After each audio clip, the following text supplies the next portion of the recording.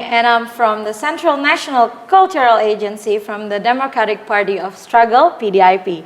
Now, I have a great opportunity to interview with Her Excellency, Madam Ludmila Vorobieva, the Ambassador of the Russian Federation for the Republic of Indonesia. Good morning, Madam. How are you? Good morning. Thank you. I'm fine. Thank you. You look great today. Thank you so much. Now, Madam, we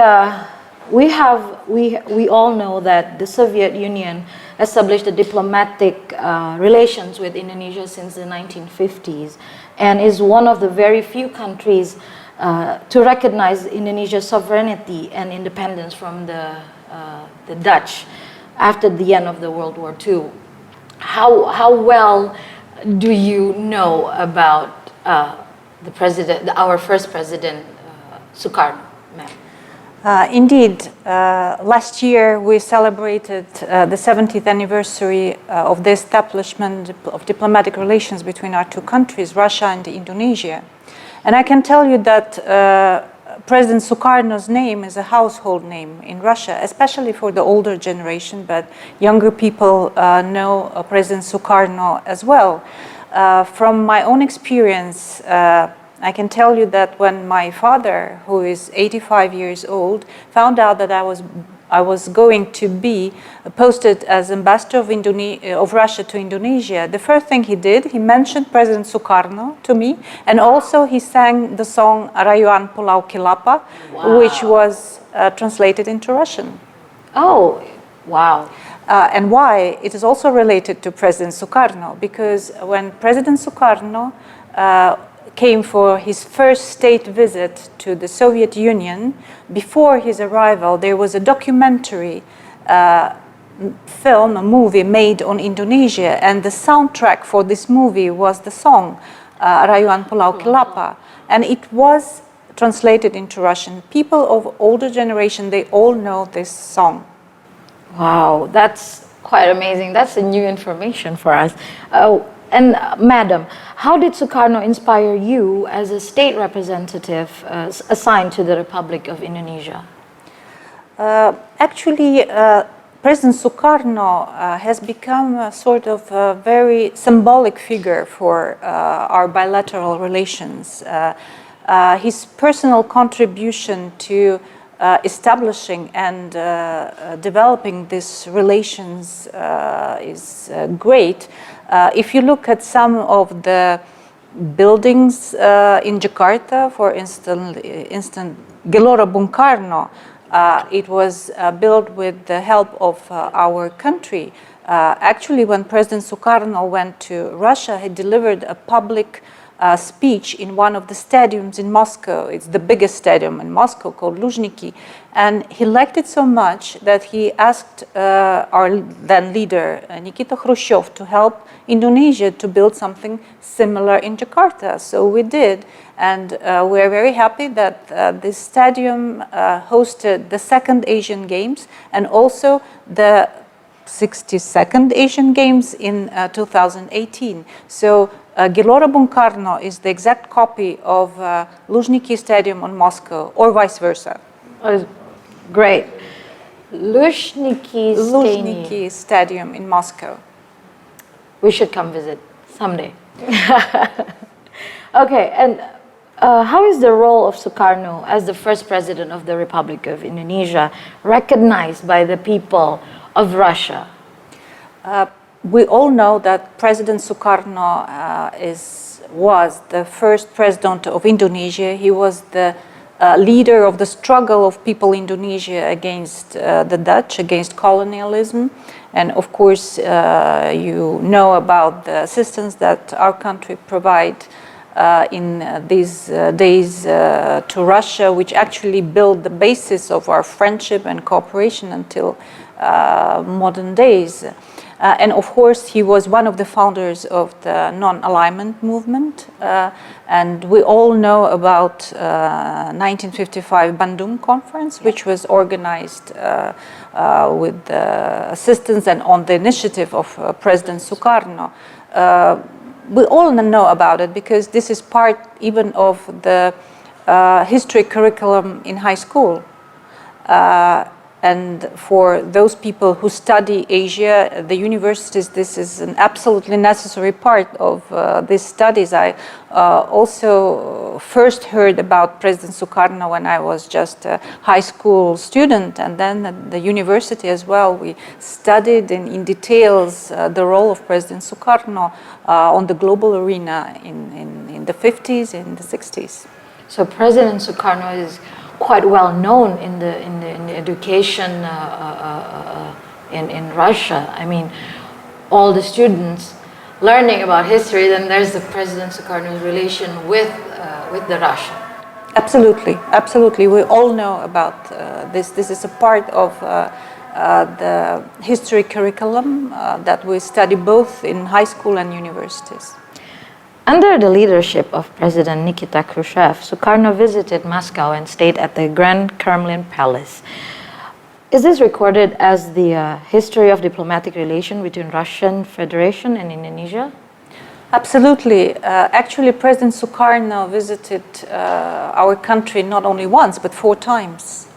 But 1956 was his first state visit, and he stayed indeed in the Grand Kremlin Palace, which is an official residence where high-ranking foreign guests could stay until now. So that was a symbol of the significance of visit Sukarno to Russia. After that, he came in 1959, 1961, and 1964. And President Khrushchev also visited Indonesia in 1960, when during one of his visits to Russia, President Sukarno met with the first Russian cosmonaut, Yuri Gagarin, and he awarded him with one of the highest awards of Indonesia. And as you know, recently we inaugurated a monument to Yuri Gagarin in Taman Mataram, which is a present from the people of Moscow to people of Jakarta. So also Sukarno is related, the name of Sukarno is related to the name of our first cosmonaut, Yuri Gagarin. Ma'am, we all know that President Sukarno are not only have this diplomatic relation with many world leaders, but also friendship outside the diplomatic relation. How is his friendship with President Khrushchev? I think they actually got along very well. Nikita Khrushchev was a very simple man in terms of communication. He was very down to earth and open. And the fact actually that President Sukarno came 4 times to Russia, to the former Soviet Union, means that they had special relations. And also President Sukarno was decorated with one of the highest awards in the former Soviet Union. That means that Nikita Khrushchev appreciated his role, not only as a leader of Indonesia, but also as a global player, and highly appreciated this role. And as a friend, of course. And as a friend. And as a friend, of course. In St. Petersburg, there is a mosque named Sukarno Blue Mosque. What does the establishment of this mosque signify? This mosque, the Blue Mosque, it's not its official name, Sukarno, but people know this mosque as Sukarno Mosque, because the story is also quite interesting. This mosque was turned into a warehouse. And when President Sukarno came to St. Petersburg during one of his visits to the former Soviet Union, his car was going near this building, and he told Nikita Khrushchev, "Look, this looks like a mosque." And when he found out that it was turned into a warehouse, he asked Khrushchev to renovate this building and to transform it back to a mosque, and it was done. So since then, this building is a mosque, and when both President Yudhoyono and President Ibu Megawati Soekarno-Putri came to visit, they visited this mosque and prayed in this mosque. Yeah. So people know this mosque as Soekarno Mosque. As Sukarno Mosque. Interesting. Okay. Last but not least, please convey a message or motivation to all generation concerning the importance of learning and caring about the history of the nation or their nation here or in Russia, especially for the youth, since nationalism is important these days.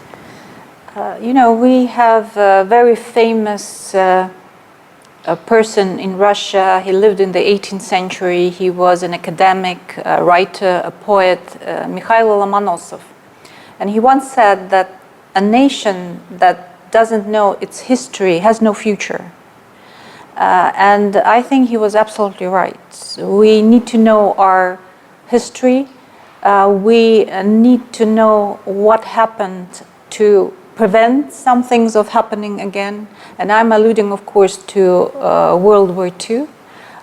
In our country, it is known as the Great Patriotic War. For 4 years, we fought against Nazi Germany. We won, and we sacrificed 27 million lives. And now there's a lot of attempts to distort the role of our country and our people in this victory. So it is very important for young people to know what really happened and for us all to prevent this kind of things happen. We also need to know our heroes. We need to know people who, like President Soekarno, established and developed our Indonesian nation, or various leaders in Russia and the former Soviet Union. So I think it is really extremely important to know our history and to, especially for young people, as you said, to know the history of our own country and nation. And also our cultural roots, for sure. Absolutely. Culture is very much related to history, the traditions, the culture, and of course the events, what really happened. Thank you, Madam Ambassador. Baik, rekan-rekan BKN dimanapun kita berada dan seluruh kader Partai Demokrasi Indonesia Perjuangan, demikianlah obrolan saya pagi hari ini yang sangat menarik dengan Madam Ambassador Ludmila dari Rusia. Teman-teman, semoga kita semua bisa mengambil ilmu dari kisah sejarah bagaimana Presiden Soekarno membangun kerjasama yang baik dengan Rusia sejak tahun 50-an dan bertahan sampai sekarang, dan sejarah mencatat bahwa hubungan antara Indonesia dan Rusia terjalin dengan baik yang diawali oleh persahabatan seorang Presiden Soekarno dengan Presiden Nikita Khrushchev hingga hari ini. Terima kasih sudah stay tune sama kita.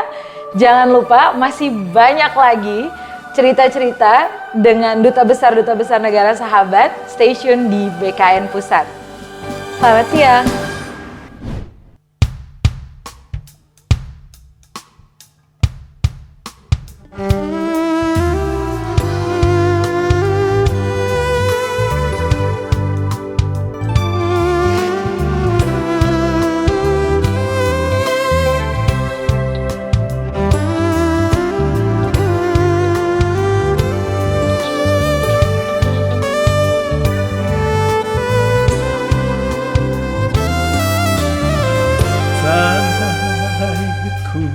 Indonesia,